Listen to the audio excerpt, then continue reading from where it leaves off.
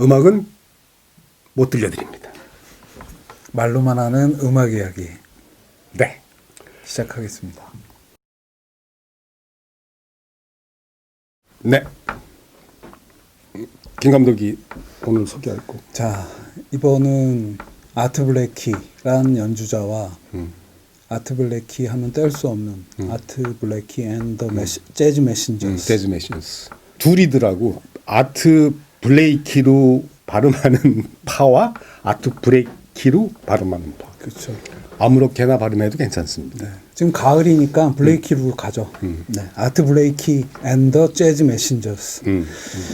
두 곡을 여기 링크에 달 텐데 하나는 58년도 녹음의 모닝이라는 곡이고 또 한 곡은 그로부터 24년 후 82년에 나온 키스톤 3라는 앨범에 있는 알라 모드라는 곡, 두 곡을 했는데요.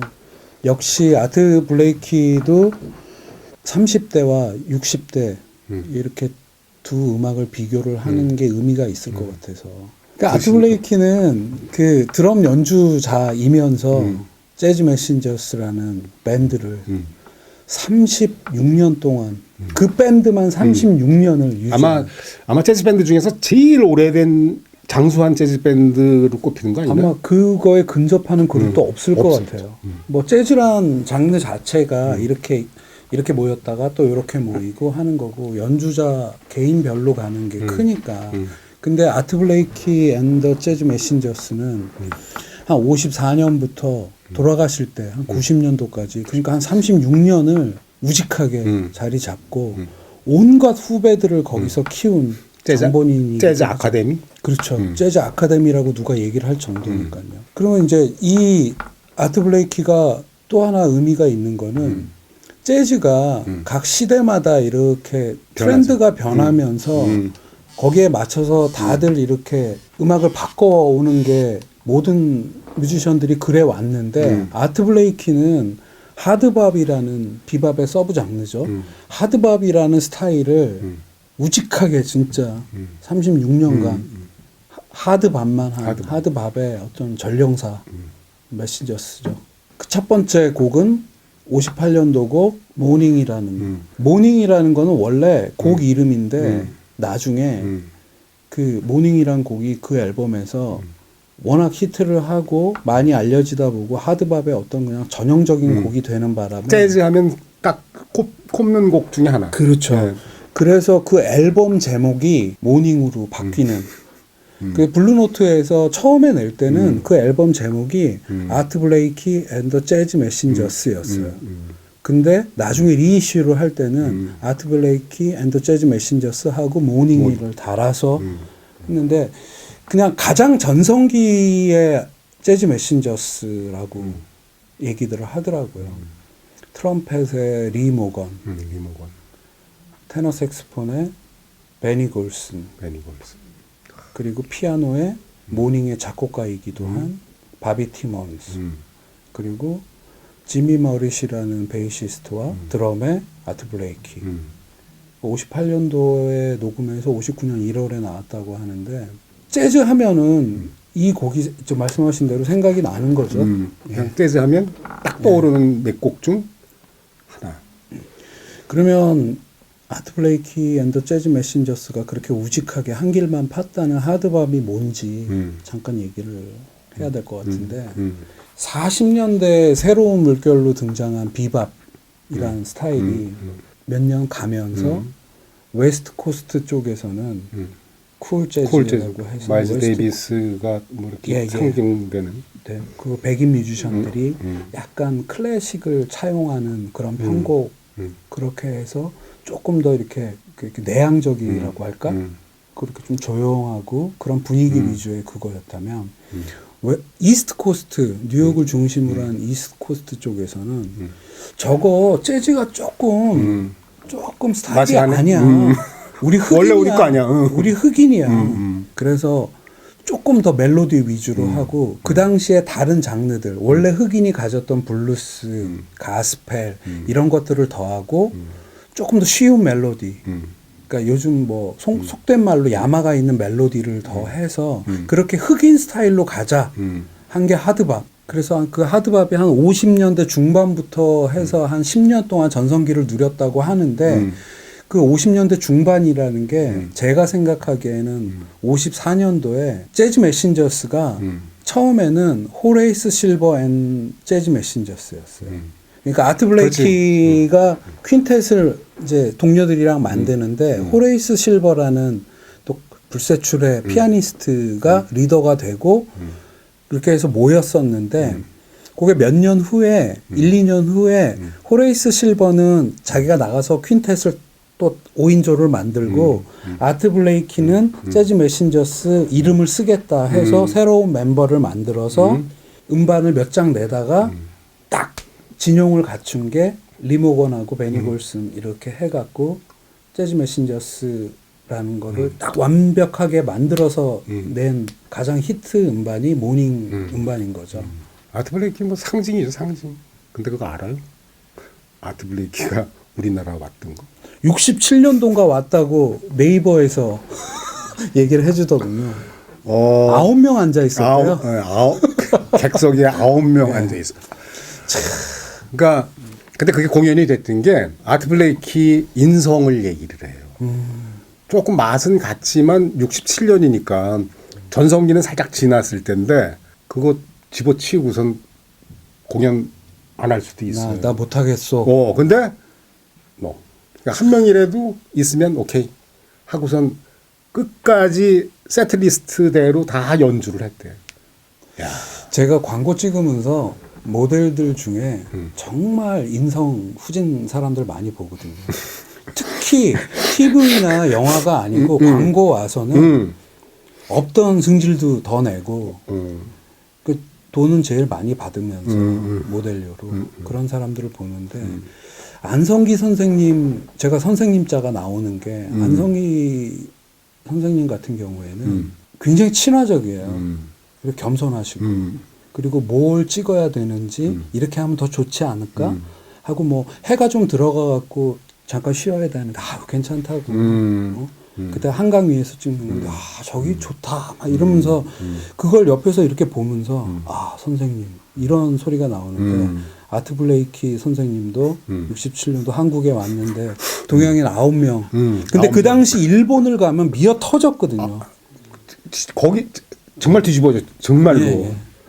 그 당시 저기 일본에서 공연하면 소년 무라카미 하루키도 그 공연을 봤다고 하고 야 근데 연주를 열심히 하셨나 보네요. 그 아트 블레이키는 우리나라에서 사실 그렇게 많이 알려져 있지 않아요. 저는 음악 듣는 것보다 텍스트로 먼저 안 뮤지션이고 지금은 쉽죠.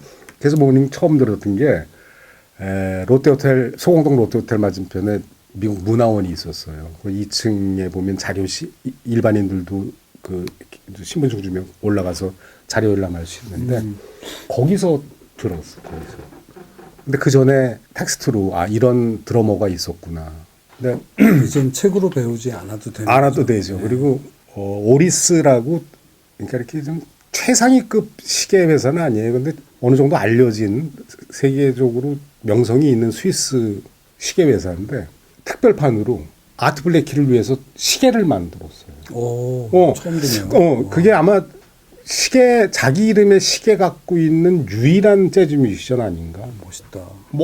그러니까 우리나라에서 정말 사실 별로 이렇게 알려지지 않았는데 재즈 얘기하면 그 김 감독이 얘기했지만 재즈계에서 거성이네 이런 재즈맨들이 다 재즈 메신저 출신이에요. 그렇게 그렇죠. 얘기해도 뭐 과언이 아니에요. 예. 그렇게 말씀을 하시니까 재즈 아카데미라고 불리우는 이 그룹을 거쳐간 뮤지션들 중에 트럼펫, 뭐 예를 들어 트럼펫을 위주로 얘기를 하면 지금 이 58년 앨범에서 그 즈음에는 리 모건이라는 58년에 19살이었어요. 리모건. 예. 근데 이 리모건이 58년 정도에 벌써 자기 개인 앨범을 리더작을 한 대여섯 장 내고 여러 뮤지션들의 사이드맨을 하는데 아트 블레이키 앤드 재즈 메신저스에 가입을 하게 되는 거죠. 그러면 그 전에는 누가 있었냐? 요저 20대의 요저랑 클리포드 브라운이 아트 블레이키 퀸텟 시절에 훌륭한 연주를 남겼고 빌 하드맨이라는 사람을 거쳐서 리모건이 있었고 그 나중에도 프레디 허버드 그리고 더 나중에 70년대에는 우리 그 되게 유명한 청맨지온 청맨지온도 아트 블레이키 앤드 재즈 메신저스에 있었고 그리고 제가 같이 얘기하자고 한 82년 앨범에는 윈튼 마샬리스 윈튼 마샬리스도 이때 19이었대요. 키스 자렛도 예, 피아노로 따지자면 수많은 사람들 여기 바비 티몬즈, 뭐 시더 월튼, 키스 자렛하고 베니 그린이라는 또 약간 저기 그렇게 유명하지는 않은데 후반기에 했었고 뭐 색소포니스트는 뭐 셀 수도 없어요. 베니 골슨, 뭐 자니 그리핀, 행크 모블리, 나중에는 좀 나이 70년대에는 소니 스티시 같이 하기도 했고 이 도대체 이 무슨 한 그룹 여길 거쳤다가 자기가 이제 리더가 돼서 다 자기 앨범을 하거나 60년대 가장 인상적이었던 색소포니스트 웨인 쇼터는 아트 블레이키 앤드 재즈 메신저스를 나와서 마일스 데이비스의 세컨드 그레이트 퀸텟에 가담을 하고 막 이렇게 섞여 있는데 그 중에 우직하게 드럼 자리에 앉아갖고 후배들과 전혀 뒤지지 않는 감각으로 연주를 했고 그 특유의 되게 펑키하고 그리고 약간 스윙하는 게 느껴지거든요. 그런 연주를 그렇게 오랫동안 했다는 게 이분의 어떤 큰 업적이 아닌가 그런 생각이 드네요. 음악 시작하고선 본격적으로 음악 활동하고서 얼마 되지 않아서 아프리카로 연주해 예, 그랬다고 하더라고요. 그래가지고 1년인가 2년 가 있었다고. 그래가지고 와서는 개명을 해요. 무슬림이. 예. 그러니까 그 아프리카 사람들 무슬림들이 많아요. 그러니까 그 아프리카 지식인들이 무슬림들이 많은데 그 당시에 약간 재즈 뮤지션들한테 유행이기도 한 것 같아요. 개명들 많이 했던 것 같고. 근데 아트 블레이키의 인성, 아프로 아메리칸이라고 그러죠. 그 정체성을 잃지 않겠다. 그 상징 중 하나가 이제 재즈 음악이고. 그래서 사실 자기가 나서기보다는 재즈 메신저 그렇게 오래 끌고 갈 수 있었던 것도 큰 음악을 본 거예요. 그러니까 나서지 않고 그냥 그 팀을 이끌어서 그냥 계속 이렇게 끌고 간 거. 아, 근데 그 참 이렇게 꼽혀요. 그 보면 성질들이 참 더러워요. 이 천재들은 뭐에 일가견이 있고 최고다 그러면 참 성깔들이 있는데 그러게요. 아트 블레이키는 정말 그 사람으로 인간으로도 참 그 굉장한 평가를 받는 것 같아요. 그리고 흑인으로서의 자존감이랄까 그런 것도 굉장히 내세우고 음악에서도 60년대에는 그런 음악도 내고 선생님이라는 소리를 들어서 아주 마땅한 분이 아니었나. 예. 그 윈튼 마샬리스가 19살에 그러니까 82년이면은 이분이 60대로 접어든 것 같은데 82년도에 그룹을 한번 이렇게 이제 나갈 사람들 나가고 새로운 사람들을 들어오는데 윈튼 마샬리스하고 브랜포드 마샬리스가 형이잖아요. 그렇죠. 그 형제를 드리기도 하고 또 다른 뭐 색소폰의 빌 피어스 이렇게 해서 82년도 앨범을 냈는데 어떤 평론가는 후기 연주 중에 라이브 앨범이거든요. 가장 훌륭한 연주라고 해서 저도 처음에 아 그래 하면서 듣게 됐는데 윈튼 마샬리스가 58년에 리모건 못지않은 그런 아주 그 되게 영악하고 지적이고 똘망똘망한 연주를 해갖고 되게 인상적이어서 그러면 가장 30대 전성기 때랑 후반기의 전성기 때 요 두 곡을 들으면은 그거 말고 수많은 앨범들이 있지만 아트 블레이키에 좀 비교가 된달까? 그리고 끝까지 한 스타일을 놓지 않은 이분. 윈튼 마샬리스가 그런 거잖아요. 클래식 전공하고 트럼펫터가 됐는데 재즈를 하는데 재즈를 이분은 약간 고집이 있는 거죠. 윈튼 마샬리스도 인제 거장이니까. 90년대 뭐 윈튼 마샬리스 하면 뭐 이렇게 다 우러러보고 뭐. 예. 그 신고전주의, 정통주의, 그러니까 옛날 재즈, 그걸로 다시 돌아가자 하는 거잖아요. 그 지금 링컨 재즈 센터에 총감독이기도 하고 그래서 옛날 재즈들을 이렇게 하는데 저도 2000년대 초반에 우리나라 공연 왔을 때 갔는데 그때 굉장히 나이 드신 분들 옛날 스윙 시대에서부터 하셨던 분들 클라리넷, 색소폰 이런 분들이 같이 음악을 하고 그런 것들이 그 아트 블레이키 선생님한테 좀 영향을 받지 않았을까 이거 뭐 개인적인 생각이지만 그 재즈의 어떤 그 명맥을 유지하는 데 있어서 말씀하신 대로 다 개성들이 강해갖고 특히 마일즈 데이비스 얘기할 때 우리 얘기했지만 마일즈 데이비스는 새로운 거를 찾아서 계속 이렇게 하이에나처럼 막 다니는 사람이 있으면 아트 블레이키처럼 그 자리에 쭉 있으면서 한 가지 스타일을 하면서 그 좋은 인성 갖고 후배들과 좋은 연주를 평생 하고 89년에 마지막 앨범이 나오고 90년도에 돌아가셨나 그런 거더라고요. 그 돌아가시기 몇 주 전에도 일본 공연을 하다 쓰러지셨을 때요. 그래서 회복 못하고 돌아가셨다고 하더라고요. 큰 인물이 아닌가 말씀 듣고 보니까 그러네요. 진짜 그런 의미가 생기네요. 악기 중에서 제일 힘든 악기가 뮤지션들 얘기예요. 드럼이라고 그러더라고. 그러니까 드럼 연습하듯 연습하면 노벨상 받는다고 해서 다른 악기들 연주에 유복성 씨가 한 얘기예요. 근데 유복성 씨가 그 얘기를 하면 다른 뮤지션 다른 그 파트에서 아무도 얘기를 못해. 그러니까 이 드럼이 사실은 드럼으로 재즈가 시작이 됐어요. 어떤 의미에서 재즈가 시작된 것 중에 가장 중요한 파트가 마치잖아요. 예. 이제 뉴올리언즈에서 축제가 있으면 맨 앞에 이제 가면서 지금도 하는데, 고적대에 남아있는 그런 그래서 그 보면은 타악기랑 관악기가 메인이었다고 이제 거기서부터 재즈가 파생된 거잖아요. 근데 재즈가 맨 처음에는 이 드럼이 소외를 당했어. 그러니까 대접을 못 받고 위로 올라오지를 못했어요. 왜냐하면 그때 녹음 기술이 시작이니까 드럼 비트만 들어가면 다른 악기가 다 죽으니까 다 죽고 바늘 이 녹음 바늘이 나가고 그래갖고선 초기에 이 재즈 트리오니 뭐 컷테신이 퀸테신이 이렇게 보면 드럼 없는 것 그런 팀들이 많아요. 그게 뭐냐면 그런 상황 때문에 그래요. 근데 재즈는 그냥 리듬이거든요. 기본이 리듬이거든요. 뭐 누구한테 물어봐도 드럼 베이스가 탄탄하지 않으면 그 팀 뭐 연주 좋은 연주가 나올 수가 없으니까.